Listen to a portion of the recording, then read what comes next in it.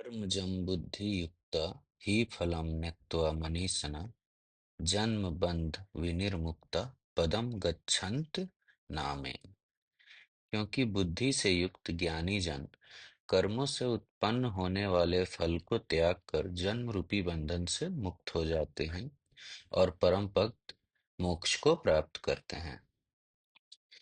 बुद्धि से युक्त कहने का मतलब जो समत्व भाव वाले ज्ञानी हैं परम पद को प्राप्त करते हैं, यानी कि मोक्ष को प्राप्त कर लेते हैं फल के त्याग के उपरांत, कर्मों के फल के त्याग के उपरांत। सो यहाँ पे कर्मों के फल की त्याग की जो बात कर रहे हैं कृष्ण बार बार, इसका ये मतलब नहीं है कि फल को आने से हम रोकना चाहते हैं। फल की इच्छा में हम पहले रत थे, अब हम फल की अनिच्छा में हैं कि फल ना आए। ऐसी बात नहीं है। कृष्ण पहले ही बोले फल का अधिकार तुम्हारा नहीं है, तो फल ना आए ऐसा कहना भी तुम्हारा अधिकार नहीं। इसको बेहतर ये कहना होगा कि फल की त्याग नहीं, फल की जो आकांक्षा है, फल आए या ना आए या किस प्रकार की आए, इसका त्याग। जो आप कर्म कर रहे हैं तो कर्म से फल तो आएगा ही, कर्मों से उत्पन्न फल, लेकिन उसकी फल की जो आकांक्षा है हमारी, उसका त्याग। क्योंकि कर्मों पे आपका अधिकार है और इससे मोक्ष की प्राप्ति कैसे होती है, इसे हम पहले भी चर्चा किए थे। कृष्ण पहले ऐसा करने को अर्जुन को बताए थे, अब उसी को समझा रहे हैं कि समता में आने से कैसे मोक्ष मिलता है। पहले समता की बात कर रहे थे कृष्ण। तो जन्म रूपी बंधन से कैसे मुक्त होता है इंसान, फलों की, कर्मों से निकलने वाले फल का जब त्याग कर देता है। वो ऐसे कि कर्म से जो फल उत्पन्न होता है, अगर हम उसकी इच्छा रखते हैं तो हमें बांधता है। ये हम पहले भी चर्चा किए थे। कोई भी कर्म वो अनंत काल तक उसका प्रभाव रहता है। कोई भी चीज जो एक बार उत्पन्न होता है, जो आपकी इच्छा, उसका जो प्रभाव है वो चलते रहता है। पानी में फेंके गए पत्थर के बाद जो तरंग उत्पन्न होती है, तो जैसे वो फैलती जाती है, वैसे ही आपका फल भी चलते रहता है अनंत काल तक। उसका फैलाव समय में भी और जगत में भी, स्पेस टाइम दोनों में होते रहता है। तो अगर आप उससे खुद को बांधे हुए हैं, फलों फल का त्याग करने का कहने से ये मतलब है कृष्ण का, और इससे फायदा ये है कि फलों के त्याग से मतलब कर्म के बाद आप अपने कर्म से छूट जाते हैं। आप उससे बंधे नहीं रहते। आप अगर अपने पुराने कर्मों से या जो अभी कर रहे हो उससे बंधे ही रहे हमेशा के लिए, तो धीरे धीरे आप डल होते जाते हैं। आपका बर्डन बढ़ते जाता है, क्योंकि जो भी आप काम किए हैं पहले वो आपके दिमाग को जकड़े रहता है, उसका प्रभाव। तो इसीलिए कृष्ण बोलते हैं बार बार कि फलों का त्याग करो, इससे तुम परम पद को प्राप्त होगे। ऐसा होता है कि फलों के त्याग करने से संसार से जो हमारा बंधन है वो कर्मों से नहीं है, वो फल की आकांक्षा है। कर्म करने का मतलब जब आपके अंदर देने का भाव है, कुछ करने का भाव है। फल का मतलब संसार से आप एक है और एक संसार है, हर कोई ऐसे ही खुद को देखता है। तो जब संसार के लिए कुछ करना चाहता है वो कर्म है, और जब संसार से बदले में कुछ पाना चाहता है वो फल है। तो जब हम दूसरे का त्याग कर देते हैं तो हम बंधते नहीं फिर। और जब हम बंधते नहीं, कोई इच्छा नहीं रहती हमारी भविष्य के लिए, तो जन्म मरण की से हम मुक्त हो जाते हैं, क्योंकि भविष्य की इच्छा ही भविष्य को प्रकट करती है। तो वही कृष्ण बोल रहे हैं। फिर आगे 52वें श्लोक में बोलते हैं, यदा ते मोह कलिलम बुद्धिर्व्यति तरिष्यति तदा गंतासि निर्वेदम श्रुतवस्य श्रुतस्य च। जिस समय तुम्हारी बुद्धि मोह रूपी दलदल को पार कर जाएगी, उस समय तुम सुने हुए और सुनने योग्य से वैराग्य को प्राप्त हो जाओगे। मोह रूपी दलदल, कृष्ण मोह को दलदल क्यों बोलते? दलदल कहने का मतलब गंदगी, कीचड़, जिससे हम जितना भी निकलना चाहे उतना ही बंधते जाते हैं, जो अज्ञानी मनुष्य होते हैं।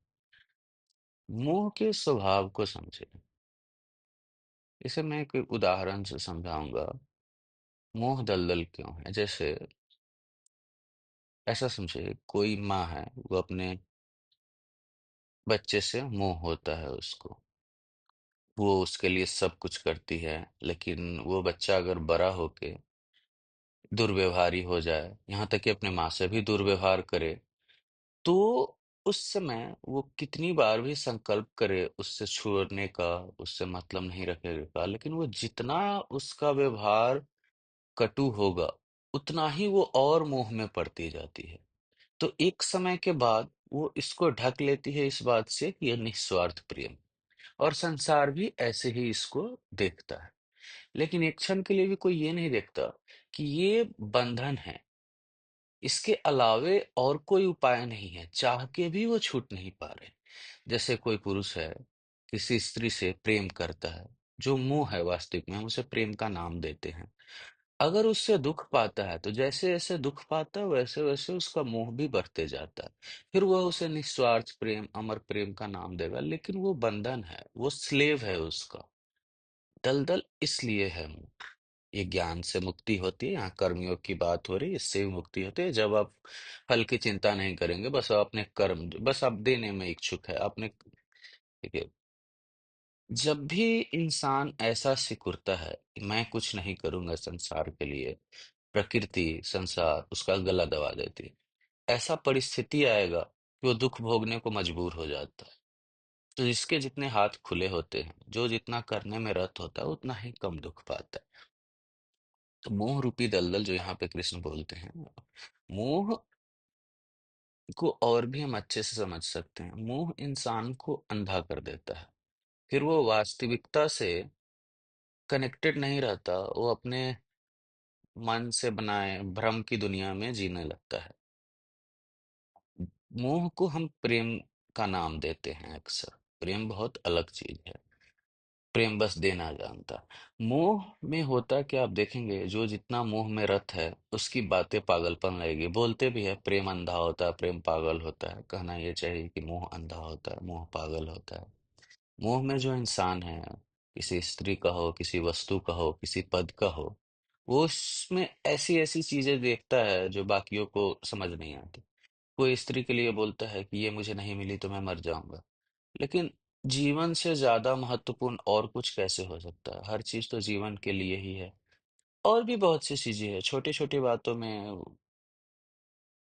कोई छोटे से पद में बहुत बड़ा चीज देख रहा है, स्वर्ग देख रहा है। अगर कोई इंसान मोह में है, तो जो बाकी के लोग हैं, जिसके अलग मुंह हैं, वो दूसरे को पागल समझेंगे।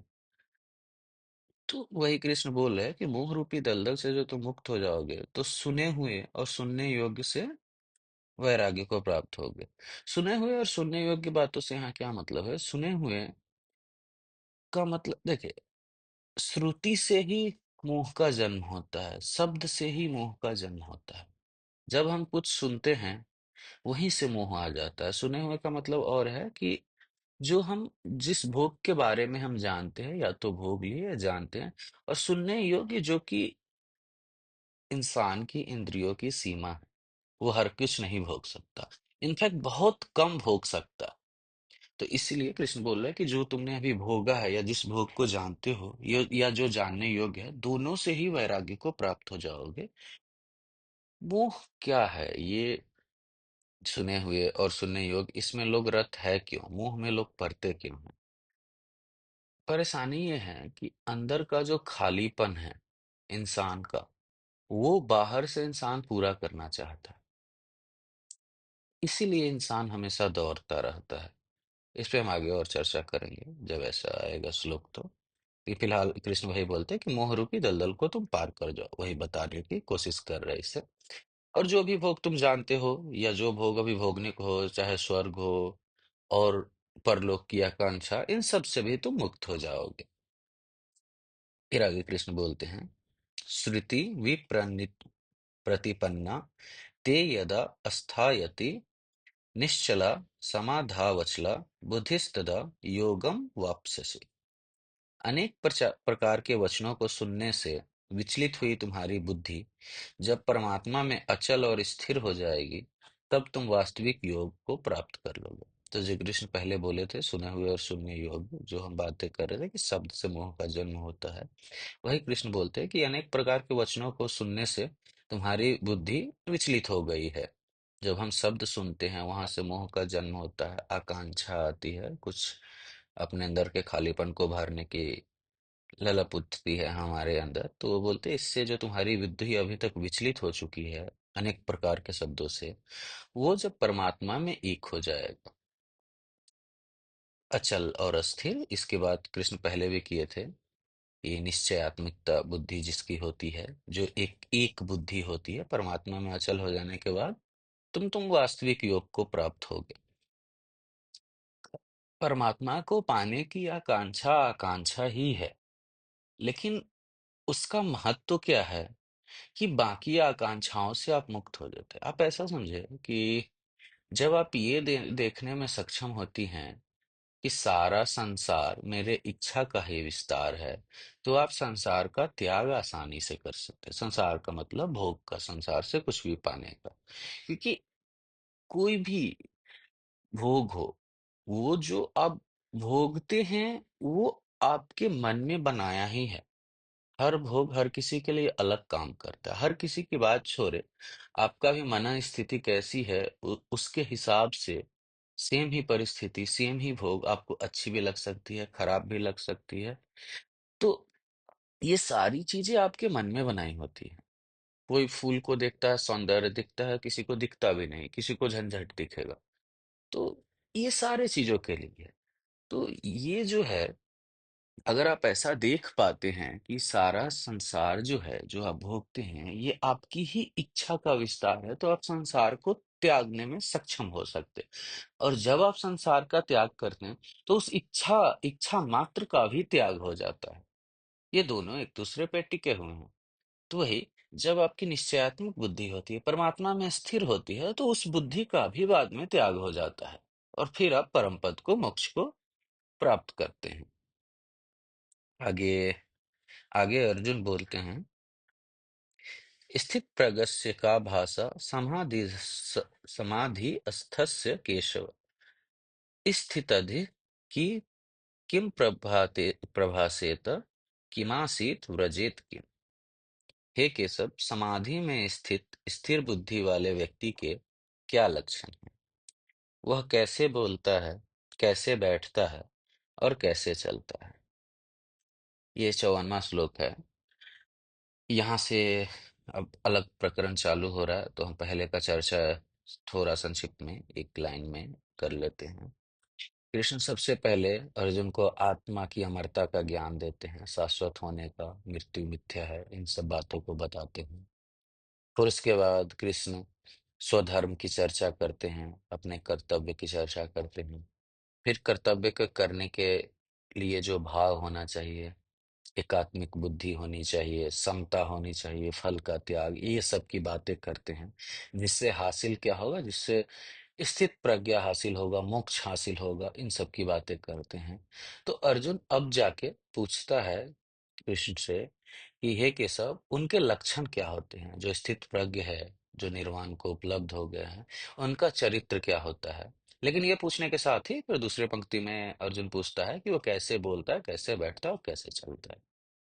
तो जो पहला अर्जुन पूछ रहा है कि उसका व्यवहार क्या होता है, उसकी चरित्र क्या होती है, लक्षण क्या होते हैं, ये है जो ज्ञानी है, ब्रह्म ज्ञानी या समाधिस्थ भक्ति के लिए बोले, या फिर सिद्ध बोले योगी के लिए, उनके लक्षण क्या है, ये उनके तरफ से दूसरा बोल रहा है कि हम कैसे पहचानिए वो कैसे बोलता है, बैठता है, चलता है। कहने का मतलब कि संसार से वो कैसे इंटरेक्ट करते हैं, उनका व्यवहार क्या होता है, इसका महत्व है, इसको हम आगे देखेंगे। ये अगर आप समझते हैं तो जो जीवन मुक्त का चरित्र है, लक्षण है, वो साधक के लिए साधना होती है। और दूसरी बात, साधक ये समझने से ये भी खुद को जांचने में भी सक्षम होता है कि क्या मैं उन्नति कर रहा हूँ, क्या मैं सही मार्ग पे चल रहा हूँ। तो इन सब कारणों से इसका जो समाधान कृष्ण करेंगे वो जरूरी है, और अर्जुन का क्वेश्चन भी यहाँ पे बहुत जरूरी है। क्योंकि कृष्ण उपाय बताते हैं पहले, तो साधक को पता कैसे चले कि वो सही में सही मार्ग पे है और उन्नति कर रहा, और पहचाने कैसे किसी जीवन मुक्त को। तो फिर अर्जुन ये पूछते हुए फिर आगे कृष्ण बोलते हैं, प्रजहाति यदा कामान् सर्वान् पार्थ मनोगतान् आत्म ये वात्मना तुष्ट स्थित प्रगस्त दोच्यते। हे पार्थ, जब मनुष्य मन में स्थित सभी कामनाओं को त्याग देता है और अपनी आत्मा से ही अपनी आत्मा में संतुष्ट रहता है, तब वह स्थित प्रज्ञ कहलाता है। जब मनुष्य मन में स्थित सभी कामनाओं को त्याग देता है और अपनी आत्मा से ही अपनी आत्मा में संतुष्ट रहता है, तब वह स्थित प्रज्ञ कहलाता है। देखिए, जब इंसान भीतर खाली पाता है, ये एक भ्रम है कि मैं अपने आप में पूर्ण नहीं हूं, तो उस अपूर्णता जो भीतर है उसकी छाया ही इच्छा है, कामना है। कामना कोई दुश्मन नहीं है। कामना इस दुख से बचने का उपाय है, एस्केप है कि मैं खाली हूं।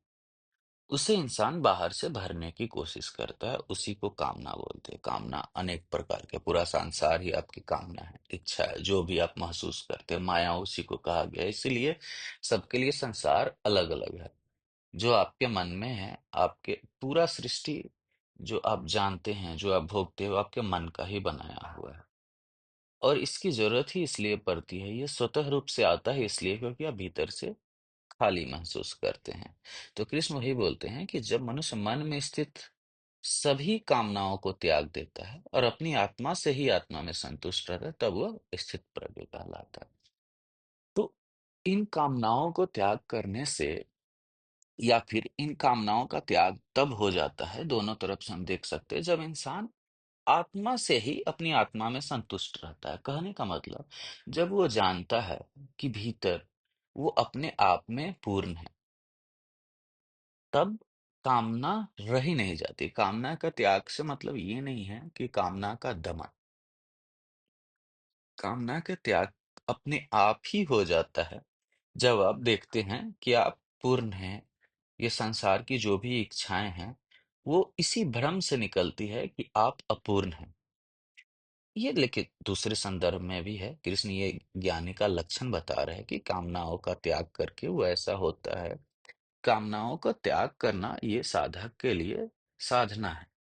जो स्थित प्रज्ञ है, जो जीवन मुक्त है, उसका त्याग ऐसा नहीं है कि त्याग करना कोई एक पॉजिटिव एक्शन है। वो उसका स्वभाव भी होगा। जब वो भीतर देख लिया कि वो अपने आप में पूर्ण है, तो ये ऐसा समझे कि भीतर जो खालीपन है, और इसको मैं थोड़ा यहाँ पे अगर कुछ प्रैक्टिस साधना की बात करें यहाँ पे, तो ऐसा देख सकते हैं कि इसको व्यवहार में कैसे लाया जाए। तो एक तो कर्मयोग और कर्म में समता की कृष्ण बात कर सकते हैं, लेकिन अगर सुबह शाम संध्या और भोर के समय थोड़ा 5-10 मिनट इंसान साधना करे, उस समय बैठ के बस इतना ही ध्यान करे कि मैं बस चैतन्य स्वरूप हूँ, मैं बस बुद्धि हूँ, मैं बस चेतना हूँ, ना ये शरीर, ना मन, ना कुछ सुनने में रत रहे, ना कुछ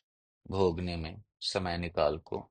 तो इससे भी आपको पूर्णता की अनुभव थोड़ी बहुत होगी, और फिर वो दिन के बाकी कर्मों में भी आपको समता बनाए रखने में मदद करता है। तो कृष्ण ये बात अभी बोलते हैं कि मन में स्थित सारी कामनाओं को त्याग करके आत्मा से ही आत्मा में संतुष्ट रहना, मतलब खुद को पूर्ण ऐसा जान लेना या फिर देख लेना, तब वह स्थित प्रज्ञ कहलाता है। स्थित प्रज्ञ जीवन मुक्त की बात कृष्ण कर रहे हैं।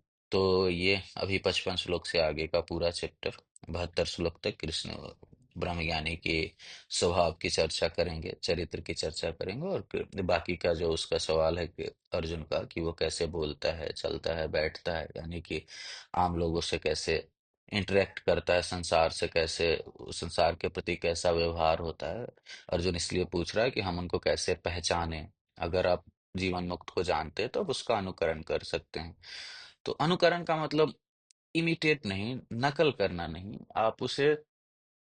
आप ऐसा जानते हैं कि जब आप भी जीवन मुक्त होते हैं तो आपका भी स्वभाव होगा, वो उसका स्वभाव है, वहां पे वो कुछ कर नहीं रहा, लेकिन साधक के लिए ये साधना है, वो ऐसा करता है, उससे आनंद मिलती है और उन्नति भी मिलती है। तो यही आगे फिर कृष्ण आगे तक चर्चा करेंगे।